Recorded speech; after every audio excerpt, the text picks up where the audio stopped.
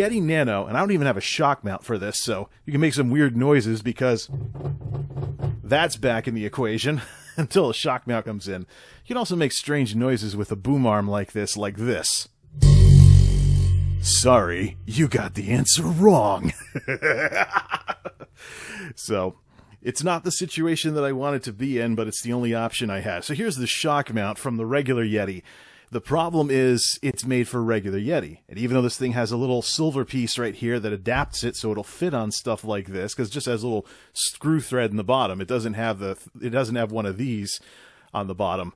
You can use the adapter with this, but this extra metal over the top causes clearance issues with your headphone and USB cable. And so the problem I had with the last mic that caused it to die was the USB got pulled too much. But here I have a situation where it's all secured as part of a real setup and not constantly being plugged and unplugged all the time. And the headphones are in there too, and they're getting routed through the arm as well. Blue Sherpa, this software right here. This software is new, it can do firmware updates, and it can also let me, most importantly, independently adjust the gain through software for the microphone, as well as the playback level. So if I compare my levels on here versus my levels in OBS on screen 2, what I actually see is I can adjust how things sound in the headset independently of how they're going out. So that's an improvement at least. I was having a lot of problems with the old setup in terms of everything being different, but that's actually been fixed now that I have a Yeti Nano. But again, Yeti Nano is not what I want. Yeti anything is not what I want. I just unfortunately had to pick this thing up because there's nothing else that won't take at least a week to get here. Because I'll tell you, and I know this because around here is a lot of warehouse stuff going on and whatnot, supply chains are broken right now. Supply chains are very broken. To give you an example, if you, for example, order something on Amazon and you're a Prime member, one of the things is, on free 2-day shipping. Well, guess what?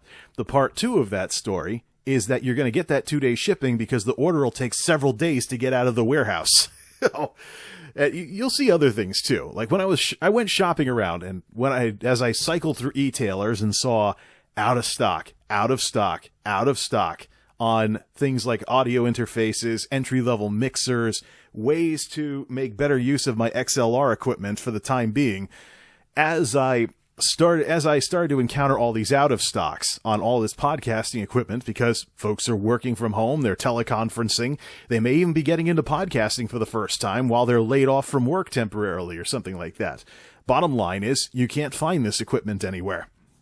So when I found out that my analog solution did not have the ability to actually hear in real time yourself through the system, that's when I decided to just bite the bullet and pick this up. This Yeti Nano was actually the last Yeti Nano at the local Walmart in this area. So last one in the store. A lot of stores are selling Yetis nowadays because Blue has made this brand into basically a very, very mainstream brand nowadays for podcasting and stuff. If you want to buy an appliance microphone, odds are you look around, you'll probably find a Yeti pretty easily. Just a matter of how much it's going to cost. Should probably mention while we're on the subject of cost, there's price gouging going on, particularly among third-party folks who are scalping on sites like Newegg and Amazon and whatnot. So you see a $100 piece of equipment now magically costs $230 or $300. Not spending that kind of money. I would rather use headset microphones for a year. I would rather use headset microphones indefinitely than get caught up in all this profiteering garbage where people are like, people want a podcast because they're stuck at home and blah, blah, blah.